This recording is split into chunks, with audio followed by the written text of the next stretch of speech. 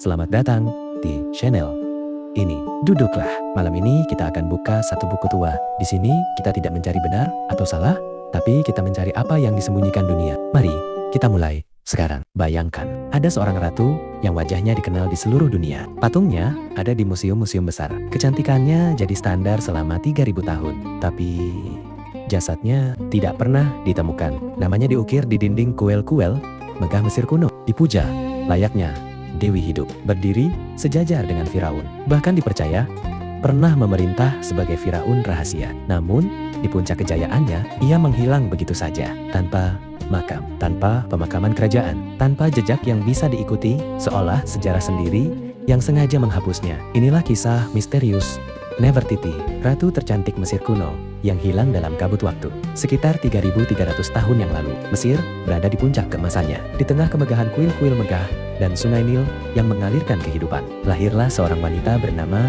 Nefertiti. Namanya berarti wanita cantik telah datang. Tapi hingga hari ini, asal-usulnya masih diselimuti misteri. Sebagian ahli percaya ia putri bangsawan Mesir. Sebagian lain menduga ia datang dari kerajaan asing di luar Mesir. Yang pasti, hanya satu hal, kehadirannya mengubah sejarah Mesir selamanya. Nefertiti menikah dengan pangeran muda bernama Amenhotep IV, pria yang kelak akan menjadi Firaun paling kontroversial dalam sejarah. Saat Amenhotep keempat naik takhta, Nefertiti bukan sekadar pendamping kerajaan biasa di dinding-dinding kuil Mesir. Namanya diukir sejajar dengan sang raja. Dalam relief-relief kuno, tubuhnya digambar sama besarnya dengan Firaun. Sebuah pesan visual yang langka, sebuah simbol kekuasaan yang tak biasa untuk seorang wanita di zamannya. Dan lebih dari itu, ada ukiran yang membuatnya melampaui batas. Nefertiti terlihat menghancurkan musuh Mesir dengan tangannya sendiri. Sebuah peran yang selama ribuan tahun hanya boleh dilakukan oleh Firaun pria. Saat itu, rakyat mulai paham, ia bukan hanya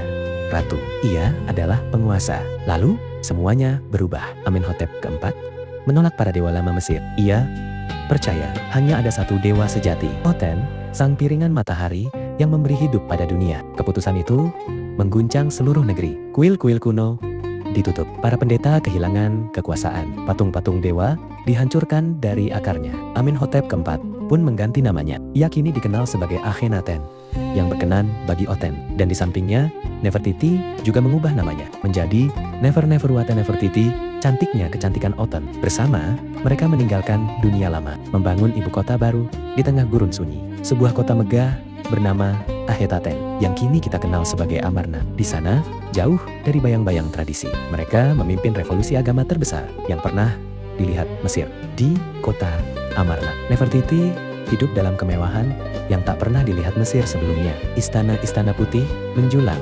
memantulkan cahaya matahari gurun. Kuil Aten dibangun tanpa atap, sengaja dibiarkan terbuka agar sinar sang dewa langsung menyentuh altar suci.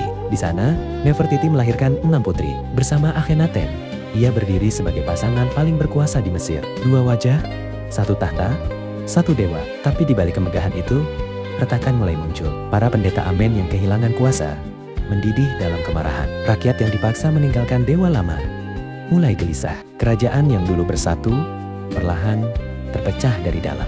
Dan kemudian sesuatu yang aneh terjadi. Pada tahun 12 hingga ke-14 pemerintahan Akhenaten, nama Nefertiti tiba-tiba menghilang dari sejarah. Tak ada lagi relief baru yang mengabadikannya. Tak ada lagi catatan kerajaan yang menyebut namanya. Tak ada lagi kemunculan sang ratu di sisi sang Firaun, seolah ia lenyap di telan bumi. Yang lebih aneh, tidak ada catatan kematian, tidak ada makam resmi, tidak ada prosesi pemakaman kerajaan untuknya. Dan sejak saat itu, misteri terbesar Mesir kuno dimulai. Lalu pertanyaannya tetap sama sampai hari ini. Apa yang sebenarnya terjadi pada Nefertiti? Teori pertama mengatakan Nefertiti meninggal karena wabah penyakit. Pada masa itu, Mesir memang sedang dilanda epidemi mematikan. Banyak anggota keluarga kerajaan gugur secara misterius, satu persatu. Sebagian sejarawan percaya Nefertiti mungkin wafat secara tiba-tiba, dimakamkan terburu-buru tanpa upacara megah seperti ratu lainnya. Namun, ada yang janggal. Jika ia benar-benar meninggal, mengapa makamnya tidak pernah ditemukan? Mengapa tidak ada catatan? Tidak ada prosesi? Tidak ada jejak? Teori kedua lebih gelap. Beberapa ahli percaya Nefertiti berselisih hebat dengan Akhenaten. Saat Mesir mulai runtuh, Akhenaten mulai goyah. Ia diduga ingin berdamai dengan para pendeta Aiman yang dulu ia hancurkan. Tapi Nefertiti menolak. Ia tetap setia pada Oten, tetap membela agama baru yang mereka bangun bersama. Bahkan ketika segalanya runtuh di sekelilingnya, konflik itu fatal. Kemungkinan besar ia disingkirkan, dihapus dari catatan, dibuang dari pusat kekuasaan, tanpa nama, tanpa gelar, tanpa makom. Tapi lagi-lagi tidak ada bukti pasti, tidak ada dokumen, tidak ada makam, tidak ada jawaban. Yang tersisa hanya satu hal, misteri yang semakin dalam. Lalu muncullah teori paling gila dari semuanya. Bagaimana jika Nefertiti tidak pernah benar-benar hilang? Bagaimana jika ia berubah menjadi seorang Firaun pria? Setelah Nefertiti lenyap dari sejarah, muncul sosok misterius bernama Smenkhare atau Nefer Nefer Waten, seorang penguasa tanpa wajah, tanpa asal-usul jelas. Memerintah Mesir hanya dalam hitungan tahun, lalu menghilang lagi. Banyak Egiptolog modern yakin itu sebenarnya Nefertiti. Ia menyamar, mengganti nama, mengganti wujud, bahkan identitas gender. Semua demi satu hal, tetap memegang kekuasaan setelah Akhenaten mati. Karena di Mesir hanya seorang pria yang bisa jadi Firaun sah. Jika teori ini benar, maka Nefertiti bukan cuma ratu tercantik, ia adalah Firaun rahasia Mesir yang berhasil mengelabui sejarah selama 3000 tahun. Pada tahun 1912, arkeolog Jerman menemukan patung dada